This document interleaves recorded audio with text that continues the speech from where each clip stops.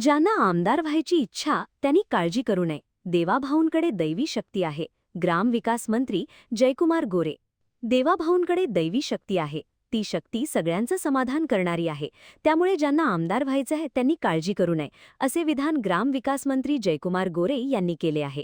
लोकसभा निवडणुकीच्या वेळी मुख्यमंत्र्यांनी मला धैर्यशील कदम, अतुल बाबा, मनोज दादा अशा चौघांना विधानसभेत जाणार असल्याचे सांगितले होते. त्यानंतर आता आम्ही चौघेही आमदार झालोत. प्रामाणिकपणे काम केल्यावर देवाभाऊ पाठीशी ठाम उभे राहतात आणि ज्यांना आता आमदार व्हायची इच्छा आहे त्यांनी काळजी करू नये, कारण देवाभाऊंकडे दैवी शक्ती आहे, जी सगळ्यांचं समाधान करणारी आहे, असे मंत्री जयकुमार गोरे यांनी सांगितले. सांगली सातारा विधान परिषद निवडणुकीतील धैर्यशील कदम यांच्या विजयानंतर सांगलीत आयोजित सत्कार समारंभादरम्यान ते बोलत होते.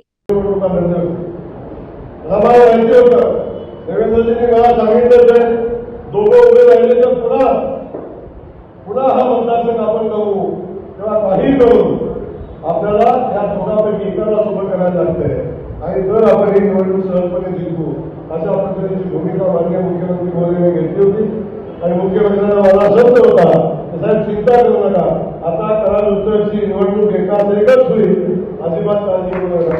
त्यामुळे त्यावेळी दादाला विनंती केली आणि दादांनी ऐकलं, मुख्यमंत्र्यांचं ऐकलं, आमच्या सगळ्यांचं ऐकलं आणि त्यावेळी अनेकांच्या मनामध्ये शंका निर्माण झाल्या होत्या. पण लोकसभेच्या निवडणुकीच्या वेळी मी जिल्हाध्यक्ष होतो आणि जिल्हाध्यक्ष म्हणून काम करत असताना समन्वयाची जबाबदारी माझ्यावर होती. तेव्हा एका बाजूला धैर्यशीलता, एका बाजूला मनोज दादा, दुसऱ्या बाजूला पण अतुल बाबा आणि त्यावेळी खूप मोठ्या धाडसानं माहिती नाही परमेश्वर कुठली शक्ती देतो अशा वेळी, पण त्याला धाडस केलं आणि चौघांचाही हात वर केला आणि त्याला सांगितलं की आम्ही चौघही विधानसभेमध्ये जाणार आहे आणि चौघही आमदार होणार आहे. आणि खऱ्या अर्थानं जेव्हा आपण प्रामाणिक भूमिका ठेवून काय भूमिका घेत असतो तेव्हा परमेश्वर आपल्या पाठीशी राहत असतो, देवाभाऊ आपल्या पाठीशी राहत असतो आणि त्याचं फलित म्हणून आज आपण बघतोय की आम्ही चौघही आमदार आहे. आम्ही चौघही आमदार आहे. आता आमदार व्हायची अनेक लोकांची इच्छा आहे.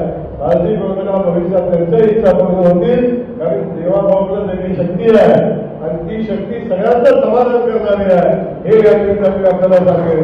त्यामुळे आपल्याला पुन्हा एकदा मनापासून धन्यवाद देतो. सांगलीकरांना मनापासून धन्यवाद देतो. सांगली सातारा वाद लावायचा प्रयत्न अनेक लोकांनी केला. कुणीतरी महाराज जवळ सांगण्याचा प्रयत्न केला, कुणीतरी मतदारांच्यावर पुन्हा खरं मानून मतदान करण्याचा प्रयत्न केला. पण आता सगळ्यांना दाखवून दिलं या जिल्ह्यानं की आता राजकारण हे सामान्य कार्यकर्त्याचं आहे. आता कुठल्याही प्रस्थापितांचं आणि वाऱ्यावर कारखाना बसून राजकारण चालणार नाही, तर आता गावगाड्यामध्ये येऊन राजकारण करावं लागेल, हा मेसेज या निमित्तानं दिलेला आहे. त्यामुळे पुन्हा एकदा सांगलीकरांचं मनापासून आभार मानतो, दादांचं पुन्हा एकदा कौतुक करतो.